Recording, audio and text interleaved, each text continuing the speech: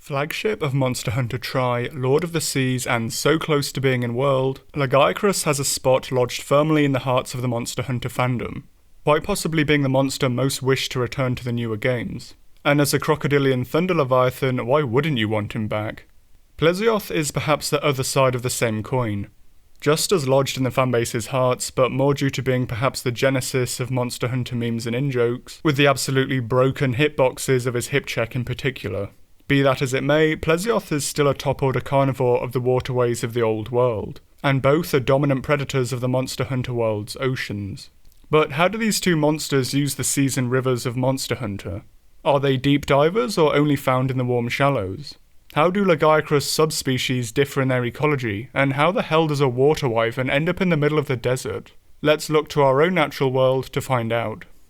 So to start, let's dive, into how the two use the oceans. When thinking about this to start with, it was tempting to say in the early stages that Lagiacrus was a crocodile that behaved more like a shark, and Plesioth a shark that behaved more like a crocodile. Lagiacrus seems to hunt more like a great white and likes the warm shallows, whereas Plesioth seems to prefer rivers. But that's an outdated view of great whites, and both crocodiles and Plesioth also utilise the sea quite a lot too.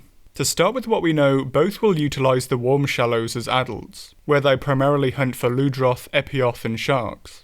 Much like great white sharks, both species also seem to hunt from below, surprising their prey from beneath with a lethal upward strike. In great whites, such moves are called a Polaris breach, or a surface broach respectively, the former already sounding like an endgame Black Dragon move. They trap the prey against the surface and also allow for a devastating strike that often kills the prey outright, or if not, shortens the rest of the hunt significantly. As a huge reptile, Lagiacrus probably doesn't have great stamina, and so it's important that the first strike is successful or the hunt may well be aborted. Great whites are also quite selective about when and where they hunt, and have the best success in the early mornings when light penetration in the water is poor. This is further exacerbated by the silt and sand in the coastal waters that make ambush easier, and are both factors that could likely be applied to our aquatic monsters too. Both monsters probably use the coastal areas so frequently because that's where the bulk of the large food is. But what about the rest of the ocean? It's only really in very recent years that we've learned a lot more about great whites and what they do. Due to GPS tags and other equipment only being relatively recent inventions for zoological science, most of the research being done was unable to follow them into deeper waters. As such, most research was in turn done in coastal areas, like the part of the South African Cape dubbed Shark Alley, and around various spots on the Californian coast too. New research with various tagging technology has found great whites frequently use the open ocean for deep dives as well. Could Lagiacrus and Plesioth be the same? To start, it should be considered what resources there are to draw them both to the bottom of the ocean and what abilities they have to access them. One thing the two both have against them is that there's no real implication or suggestion that they hunt with sound, which is chiefly what cetaceans use, and they don't seem to have anything like the vibrissae pinnipeds use. But crocodilians do have sensitive sensory organs to detect physical sensations, as well as changes in pH and temperature. Such physical sensations include pressure waves in the water that allow crocodilians to hunt in poor visibility. If we assume Lagiacrus has something similar, then they may well be able to hunt in the lightless depths. The taxonomy in Monster Hunter is iffy. It makes sense for piscine wyverns to be aquatic reptiles, they're wyverns after all. But there's that one family tree that apparently says that they're literally fish. Either way, it could be possible for piscine wyverns to have something similar to the sensory organs seen in sharks, called the ampullae of Lorenzini, which also sounds like an endgame Black Dragon move.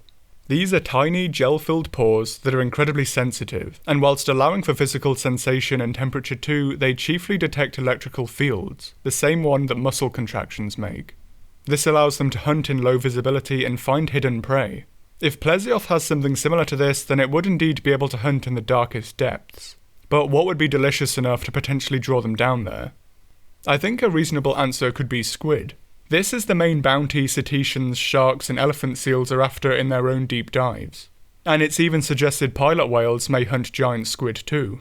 Considering both of them are quite large animals, not quite as well adapted for ocean life as well as our own deep diving vertebrates in this planet, they may prefer to go down for one large meal than make repeated dives, and a giant squid would be a good meal for either monster. There's a few big angry cephalopods of discussion in the room to discuss too, and one of them is Lagiacrus. A potential argument against them being deep divers is the giant dragon death octopus that lives on the seafloor. Whilst Lagiacrus probably aren't that common, and juveniles may even be good prey for either species, but it's still suggested that they predate Lagiacrus at least, even adults. Although the counter to this is abyssal Lagiacrus. Whilst not much is really known about it, it's seemingly implied that they're Lagiacrus that favour deep sea environments. Being considerably larger and more powerful than regular Lagiacrus, it seems likely that they'd be quite capable of taking on a Lagiacrus, and are probably immune to predation. Abyssal Lagiacrus are also seemingly permanently bioluminescent, and this may be another feature of deep-sea foraging. Deep-sea marine life are often attracted to light, and outside of the oceans, glowworm larvae also use this tactic to lure prey into their webs for ambush too. I haven't been able to find it in a published paper, and I'm unsure if there's one in the works, but wandering albatrosses will actually sit on the surface of the ocean at night and churn the waters to activate bioluminescent organisms that in turn attract squid for them to eat. So abyssal Lagiacrus having this built-in feature to help with foraging isn't so far-fetched. Squid especially are often seemingly drawn to light, and it may be giant or colossal squid, or perhaps even young Lagiacrus that are the primary food of abyssal Lagiacrus on these dives, being lured in for a quick grab. Overall, I'm not 100% sure if abyssal Lagiacrus are actually a different species, but rather I think they may be simply very old individuals of normal Lagiacrus. Large crocodiles may still continue to grow in irregular spurts, with females ceasing growth earlier than males. An abyssal Lagiacrus may just be the oldest age category of the largest bulls. They may also be more common now than in earlier geological periods. As per my Monster Hunter Ice Age theory, go watch Devil Joe's video if you haven't already for more on that. If the world used to be a lot colder, then this may have stunted Lagiacrus growth, as it does in crocodiles in their early growth stages. Thus, adults on average may have been smaller and abyssal bulls incredibly rare. It's also worth quickly noting that the underwater ruins in the deserted islands map in Try also seems to suggest there was a rapid rise in sea levels at some point in the recent geological past, as after all you can't really build underwater. With the warmer climates the games take place in, higher sea levels and no land bridges possibly meaning that the warm, shallow equatorial seas have consistently hot weather. This in turn means that Lagiacrus can potentially grow throughout the year to achieve much greater sizes and a greater frequency of abyssal age bulls. Cold temperatures likely also limit Lagiacrus's range to subtropical areas. Being so large they can potentially stay warm in colder areas with gigantothermy, but for multi-day periods of time they would likely spiral into an energetic deficit, be unable to digest food efficiently that would ultimately wind up being fatal unless they returned to warmer waters. As per 4 Ultimate, whales exist in the Monster Hunter universe, known to some civilizations as Arlok. If the species present are like our own whales and carve in the warm shallows before migrating to polar feeding grounds, it's possible whale calves may be a seasonal feature in Lagiacrus and Plesioth diets. Humpback whales in some regions pay a severe toll from orca predation every year. On the other hand, it may be that macro-predatory sperm whales like Leviathan exist in the Monster Hunter world. The airship Arlok is depicted with teeth after all. So it may be that the sperm whale family exists in Monster Hunter. If their predatory prehistoric cousins are also present, they may competitively exclude Lagiacrus and Plesioth from open water environments. And that's just what extant Leviathan may be like. In the Monster Hunter universe they're probably double the size, have dragon element and hunt Ceodeus. But that's all just fun speculation for now. As well as the deepest seas, Lagiacrus are also found in freshwater, albeit far rarer than Plesioth. Whilst this isn't too surprising considering large aquatic predators will occasionally dip between the two, Lagiacrus is probably better suited to the buoyancy and less restricted open waters than swampy inland channels. The reason some may head inland may be young individuals getting lost and then simply deciding to stay in freshwater environments. Not much is known of the breeding behaviour of leviathans, but given their great size it seems likely that they lay eggs. For Plesioth it may be that they have small live young that they don't care for like Duratodus. Lagiacrus likely comes onto land to lay its eggs, with its paddle-like feet also working well as shovels. After that, it's anyone's guess, but it's really adorable to imagine a mother Lagiacrus with all her babies on her like a modern crocodilian. But even then, once they reach a certain size, baby crocodilians are also booted out to live by themselves. For either species, what is a lone baby Plesioth or Lagiacrus to do in a dangerous ocean full of predators? For sharks, they head to the mangroves. With more shallow water and plentiful dense vegetation to hide in, this provides a predator-light refuge for baby sharks to grow in until they're large enough to head to more open waters. It's not actually unreasonable for both Plesioth and Lagiacrus to both use these environments, as some shark nurseries have dozens of species using them. Although that said, like many sharks and crocodiles today, they probably do both occasionally eat each other. This is most likely adult individuals occasionally taking the youngsters of each other. Plesioth are apparently larger on average than Lagiacrus, and when I quickly made this size chart, I was surprised as to how big it is compared to Lagiacrus too. Overall, a frontal fight between two adults may be too costly to be considered for regular interactions. The Plesioth's speed and agility in the water countering the Lagiacrus's thunder and larger jaws. Although I'd still personally bet on Lagiacrus, when I really think about it, I probably wouldn't bet that much. Some Lagiacrus clearly continue to use estuarine, mangrove or freshwater environments until they reach adult size as well. The reason some may stay or return to these environments, as well as swimming into murky inland rivers, may be that some Lagiacrus preferentially hunt in these environments. Murky, silty water is the best type to conduct electricity, and as such is the preferred home of the electric eel. Research has found that the hunting behaviour of these eels, which are actually a type of fish, is more nuanced than just giving them the old bug zapper.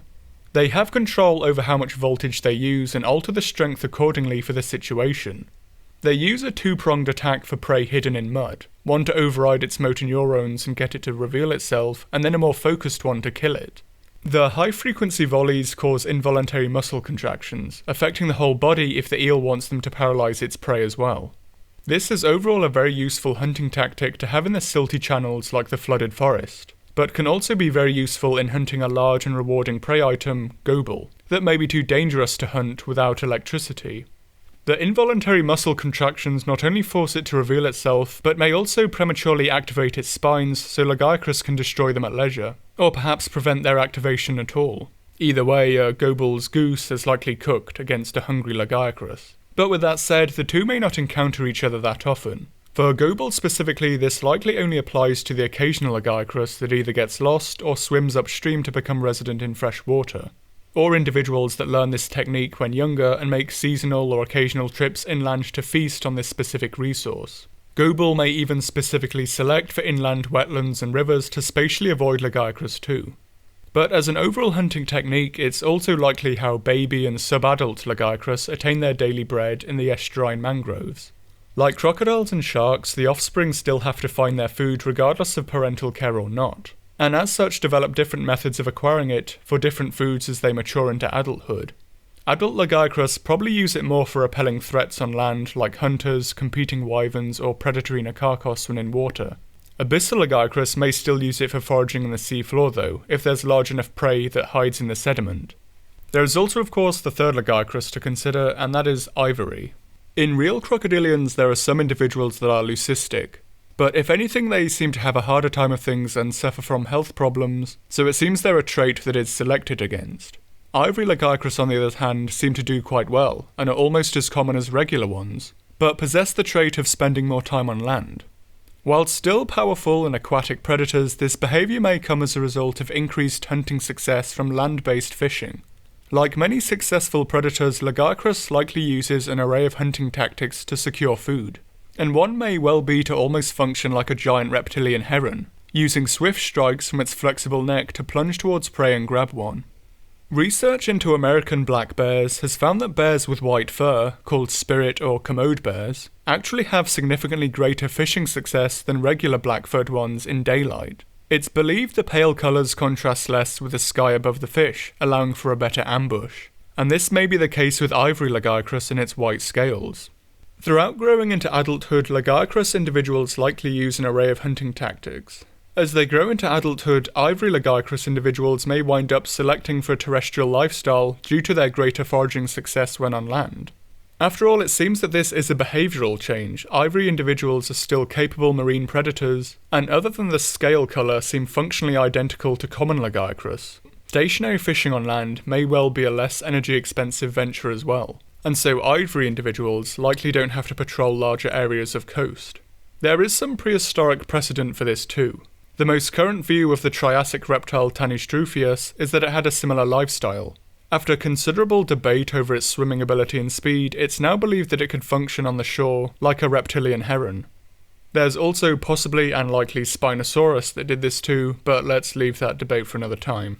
Ivory Legicus would likely need larger fish to satisfy it, but with how big everything is in Monster Hunter, it likely has them. As well as the fact that Plesioth will also vary between salt and freshwater too. This may mean that Ivory Legicus may situate themselves in estuaries to grab them as they move from the river to the sea and vice versa. It's not that unreasonable for Lagiacrus to spend a lot of time on land too, as looking at its morphology, it's probably not that efficient a swimmer. Modern crocodiles, whilst often being the top of the trophic pyramid in wetland ecosystems, and are better adapted for swimming than most other reptiles, aren't as optimised for the water as, say, sharks, fish or pinnipeds. They're relatively slow and inefficient swimmers in that regard, and also can't accelerate that fast either. From Lagiacrus's overall design, he's probably in the same boat.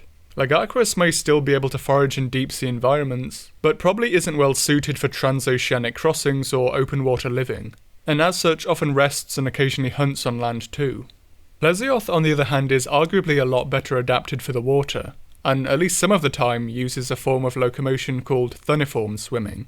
This is the action of using just your tail to power you rather than snaking your whole body, and as such is a lot more efficient. It's good for high-speed movements and keeping that pace up too.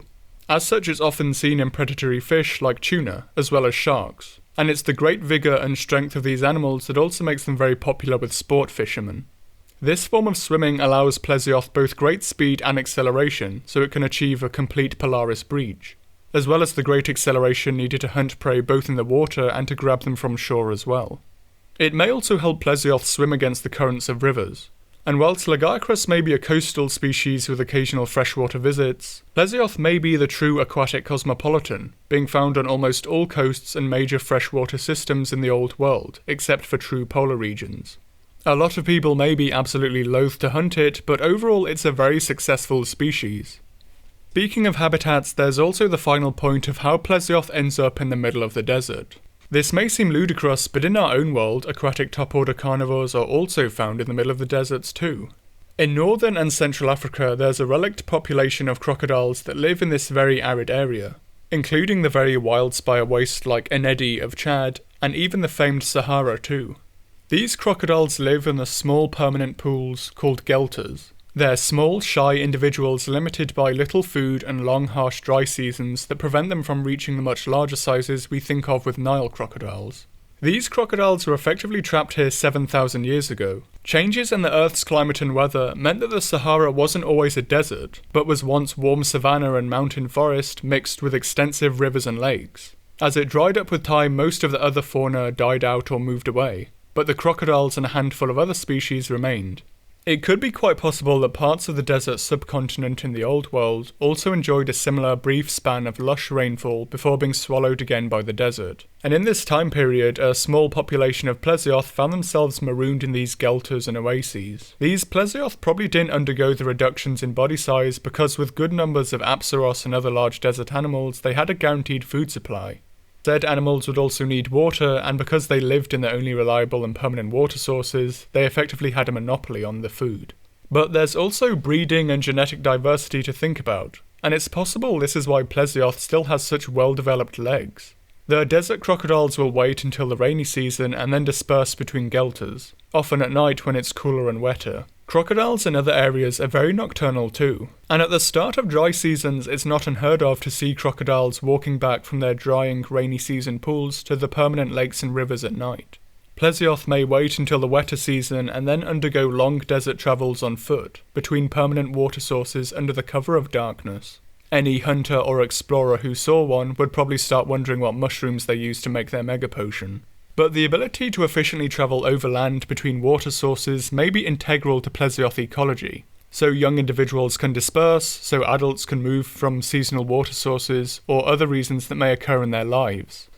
There's sometimes the suggestion that animals that operate in two environments are just midway to adapting to become perfect for one of them, and aquatic animals still having terrestrial limbs will have shed them for flippers given a few million years.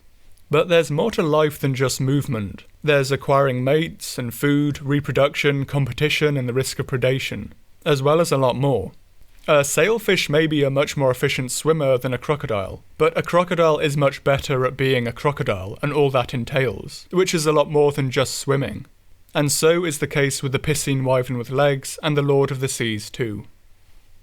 So to sum up my thoughts on the two, I like them both a lot. I originally thought Lagiacrus' ecology would be quite on the nose as a giant crocodile. I was initially fearful I may not be able to say that much about him, but this video was quite beefed out by the discussion with the subspecies too. I don't think he's quite that dull a fight on land as some say, but I do agree that he'd be greatly embellished with the return of water combat, if it was improved of course. I actually think his armour is a bit bland, but his weapons are absolutely great. And his unofficial theme / the theme of the deserted island is one of the best in the series and quite possibly my favourite track from 3rd gen.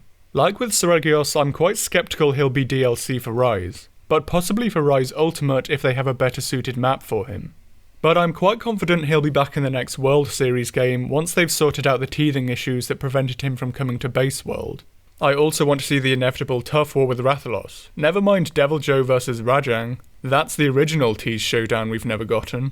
As for Plesioth, I am genuine when I say I like him. Well, I like his design. I think he's the perfect combination of fish and wyvern, and he just looks so fantastically natural. I do think his fight in most games is an absolute chore though. It's not especially hard, it's just more tedious than anything else. One thing I will say though is that fighting him in water actually felt quite good, and improved things massively. I feel if anyone benefited from water combat, it was really Plesioth, even more so than Lagiacrus. But like most early gen monsters, I think he shouldn't be judged too guilty of being crap, until he's had a world-like update to prove himself. Also, I think a lot of the piscine armour in early games was actually really cool, and some of his early weapon designs are honestly some of the best in the series, especially his Poseidon-like lance. Overall, I feel he's probably the best designed piscine wyvern, and still has a lot of potential for a moveset glow-up. In general, I wouldn't mind seeing more monster diversity in the endgame too, as it feels for the most part like crabs, piscines and bird wyverns just peter out before they even get to apex level. As ever, thanks for watching. Thank you all so much to all the new subscribers and for all the positive comments and questions on past videos too. I really do appreciate them and it motivates me a lot to keep creating. I'm unsure if this channel will ever really take off, as I feel it may be too stuffy and technical for massive success. But even so, all your positive comments really make the subscriber number feel utterly unimportant. If you're new and liked what you saw, please consider liking and subscribing. Surely the more attention anything with Lagiacrus gets, the better his odds of returning to the franchise. So on that note, please do share with any of his fans, as well as all 11 members of the Plesioth fanbase who aren't me. I managed to get this one done roughly on time, but I'm unsure how busy I'll be in coming weeks, so I'm going to cautiously warn another delay, but hopefully it'll be done on time. Next week's video will be a bit of a medley, so here's all their roars at once.